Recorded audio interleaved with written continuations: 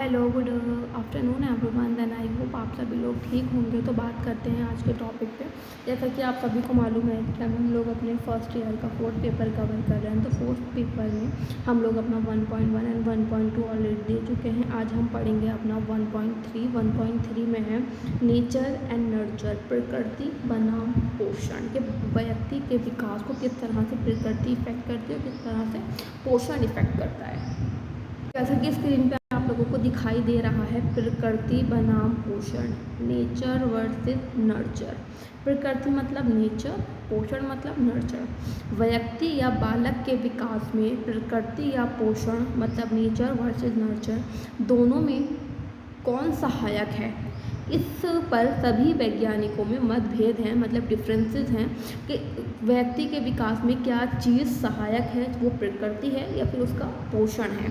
तो कुछ मनोवैज्ञानिकों का मानना है कि बालक का विकास व व्यक्तित्व, जो बालक का जो डेवलपमेंट है और उसकी जो पर्सनैलिटी है उसके आनुवांशिकता पर निर्भर करती है, मतलब उसके जेनेटिक निर्भर करती है वो।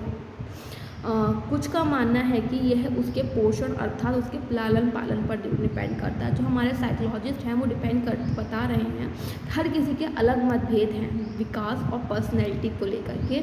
जो इन डेवलपमेंट और पर्सनैलिटी मतलब होता है उस पर कुछ का कहना है कि नेचर ज़्यादा इफेक्ट करता है, कि वो नेचर के पर निर्भर करती है जिसके के कारण चीज़ों को डेवलप होता है। कुछ लोग कहते हैं कि वो लालन पालन पर निर्भर करती है।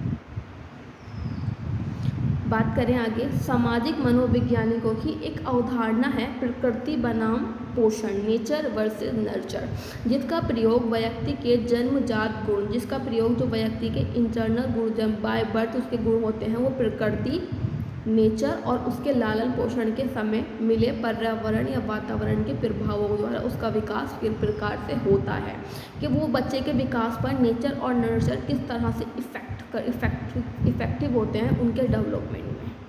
आगे देखें क्या लिखा हुआ है, प्रकृति बनाम पोषण, नेचर वर्सेस नर्चर थ्योरी का सिद्धांत सर फ्रांसिस गार्डन द्वारा प्रतिपादित है। नेचर एंड नर्चर, प्रकृति बनाम पोषण, नेचर वर्सेस नर्चर में डिफरेंसेस बात करें इन्होंने। प्रकृति तो फर्स्ट है ये आपका प्रकृति।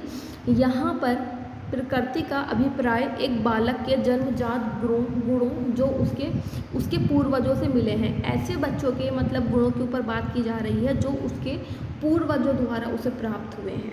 अर्थात बालक की प्रकृति उसके आनुवांशिक व वंशानुगत कारक जीन को दर्शाता है, कि जो बालक का जो नेचर है वो उसके आनुवंशिक मतलब उसके जेनेटिक कॉजेज जो जेनेटिक होते हैं उसको दर्शाता है आपका नेचर। इसका साधारण शब्दों में अर्थ समझा जाए, बात करें कि इसका साधारण शब्दों में अर्थ समझा जाए तो हम ये कह सकते हैं कि जैसे माता पिता पूर्वज होंगे वैसे ही संपत्ति संतान होगी, कि जो पेरेंट्स का क्वालिटीज़ होती हैं वो उनकी संतान उनके बच्चों में आती है।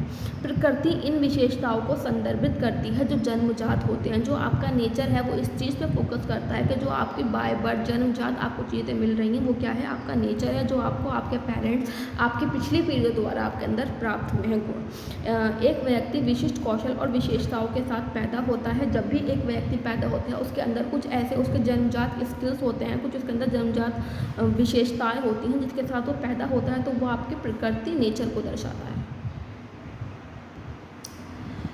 आगे बात करें, प्रकृति इस पहलू पर प्रकाश डालती है, क्या जो आपका नेचर है वो इसी चीज़ पे फोकस करती है कि जो बच्चा बाय बर्थ अपने गुणों को लेकर पैदा हुआ है वो किसको फोकस कर रहा है, वो आपके नेचर आपकी प्रकृति को फोकस करता है। तो जो बालक के विकास में प्रकृति को मानने वाले वैज्ञानिक हैं जो मानते हैं कि नेचर ज़्यादा असरकारी होता है बच्चे के विकास पे, वो कौन कौन से हैं, जीन पियाजे, सिगमंड फ्रॉइड, उसके बाद है नोआम चॉम्स्की। ये जो आपके तीन आपको साइकोलॉजिस्ट देखने को नज़र आ रहे हैं वो क्या चीज़ पे फोकस करते हैं, वो नेचर के पक्ष में है, प्रकृति के पक्ष में है।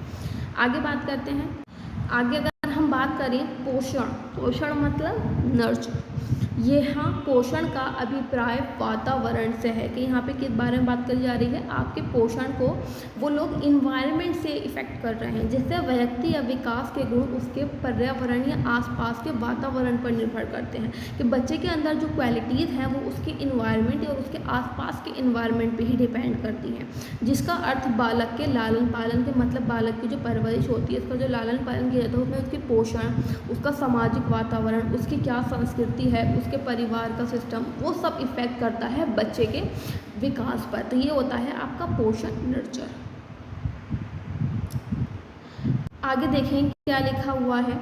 इस पोषण के अंतर्गत बालक के आसपास का वातावरण आता है। जब हम बात करते हैं नेचर या पोषण की तो उसमें इन्वायरमेंट आता है, जैसे कि वह किस देश में रहता है, तो जिस देश में रहता है वो उस देश की संस्कृति को अपनाएगा, वो कौन सी संस्कृति से मतलब बिलोंग करता है, उसका क्या रिलीजन है, इस तरह की चीज़ें। यदि बालक के आसपास अच्छा वातावरण तो उस बालक के अंदर क्या है, अच्छे गुण होंगे। अगर बालक का वातावरण या उसकी संगति बुरी है तो बालक के अंदर क्या है, बुरे गुण आएंगे। ये होता है लालन पोषण मतलब उसका नर्चर। तो अब ऐसे वैज्ञानिक मनोवैज्ञानिकों की बात कर रहे हैं कि बालक के विकास में पोषण को मानने वाले वैज्ञानिक, ऐसे मतलब मनोवैज्ञानिक जो ये मानते हैं कि बालक के जो डेवलपमेंट है उसमें किसका हाथ है, वो उसमें ज़्यादा क्या इफेक्टिव होता है, उसमें पोषण, उसका नर्चर, उसका लालन पालन इफेक्टिव होता है। लिटिल अल्बर्ट, ठीक है, बंडूरा और स्किनर, ये आपके 3 साइकोलॉजिस्ट हैं जिनका मानना ये है कि जो बालक का डेवलपमेंट है वो किस पर निर्भर करता है, वो पोषण पर निर्भर करता है। इसी प्रकार से हमने प्रकृति के बारे में भी पढ़ा है कि कुछ वैज्ञानिक ऐसे भी हैं जो ये समझते हैं, जिनका मानना ये है, अपने शोध अपने सबके इंडिविजुअल्स थिंकिंग्स हैं, शोध किए हैं सबने, अपने बेसिस पे वो बात करते हैं। तो हम लोगों ने यहाँ पे देखा नेचर और नर्चर, क्या प्रकृति और पोषण बनाम, है ना, कि किसके जो व्यक्ति के विकास है वो किसके बेसिस पर होता है। तो कुछ लोगों का मानना है कि जो व्यक्ति का विकास है, जो व्यक्ति के अंदर गुण है वो उसके जेनेटिक आते हैं, व्यक्ति के अंदर बाय बर्थ आते हैं। कुछ का है कि वो उसे इन्वायरमेंट इफेक्ट करता है। तो जो भी कुछ था हमने नेचर और नर्चर को ठीक से पढ़ा है। देन आई होप आपको चीज़ें समझ में आई होंगी। Then thank you for watching my video.